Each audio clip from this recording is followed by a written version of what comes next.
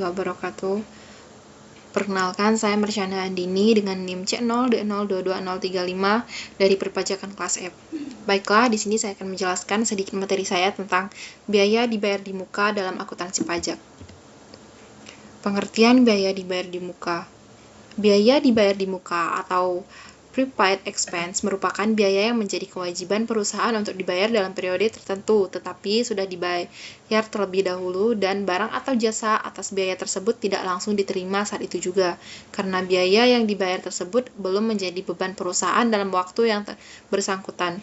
Maka jumlah yang telah dibayar tersebut masuk dalam kategori uang muka atau aktiva lancar. Biaya dibayar di muka menjadi beban periode berikutnya dan tidak boleh diakui sebagai beban periode saat ini, tetapi harus dibebankan sesuai dengan masa manfaat atas pembayaran dibayar di muka tersebut. Biaya ini juga hanya dapat diakui dalam laporan laba rugi apabila dilakukan untuk pembelian produk dan jasa. Hal yang dianggap sebagai biaya dibayar di muka yaitu individu dan bisnis sama-sama pernah melakukan pembayaran di muka.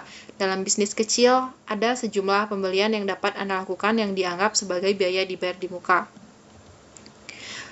Contoh-contoh pengeluaran biaya dibayar di muka secara umum.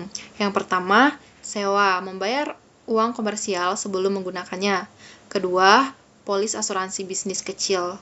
Yang ketiga, peralatan yang Anda bayar sebelum digunakan.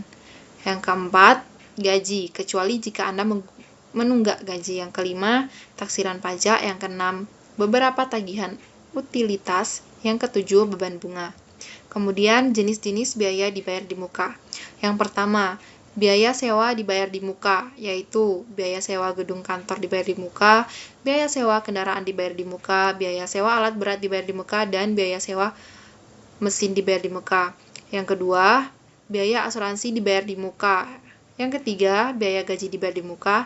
Yang keempat, biaya bunga dibayar di muka.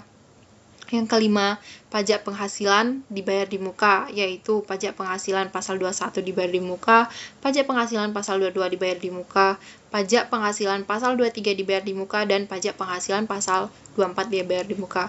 Yang keenam, pajak penghasilan pasal 25, dan yang ketujuh, pajak pertambahan nilai atau PPN dibayar di muka. Kemudian, metode pencatatan biaya dibayar di muka.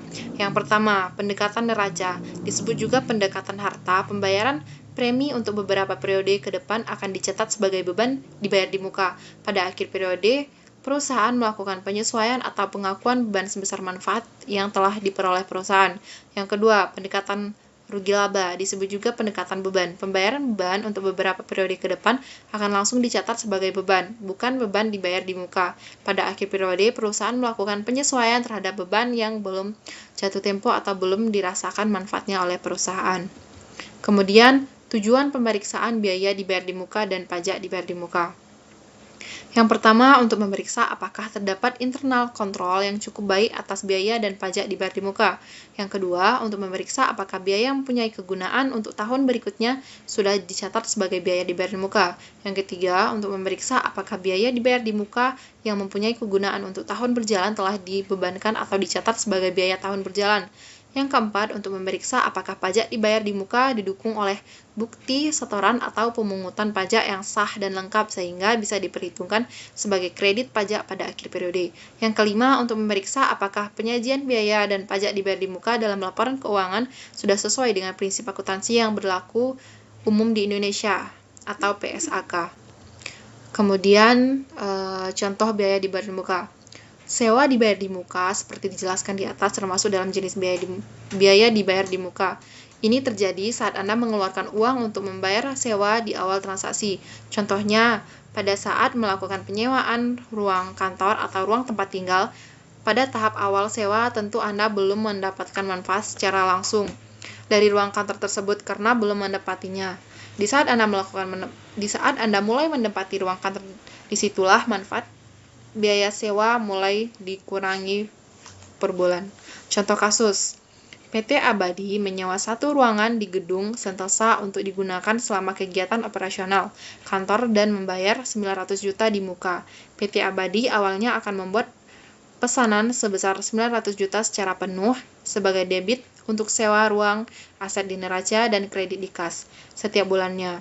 akan dikenakan biaya 75 juta 1/12 dari jumlah pembayaran ke laporan laba rugi melalui kredit sewa gedung kantor prabayar dan debit di biaya investasi. Pada bulan terakhirnya, bulan ke-12, 75 juta akan sepenuhnya dibiayai dan akun prabayar akan berubah jumlah menjadi 0. Baiklah, itu sedikit materi saya. Saya akhiri dengan wassalamualaikum warahmatullahi wabarakatuh.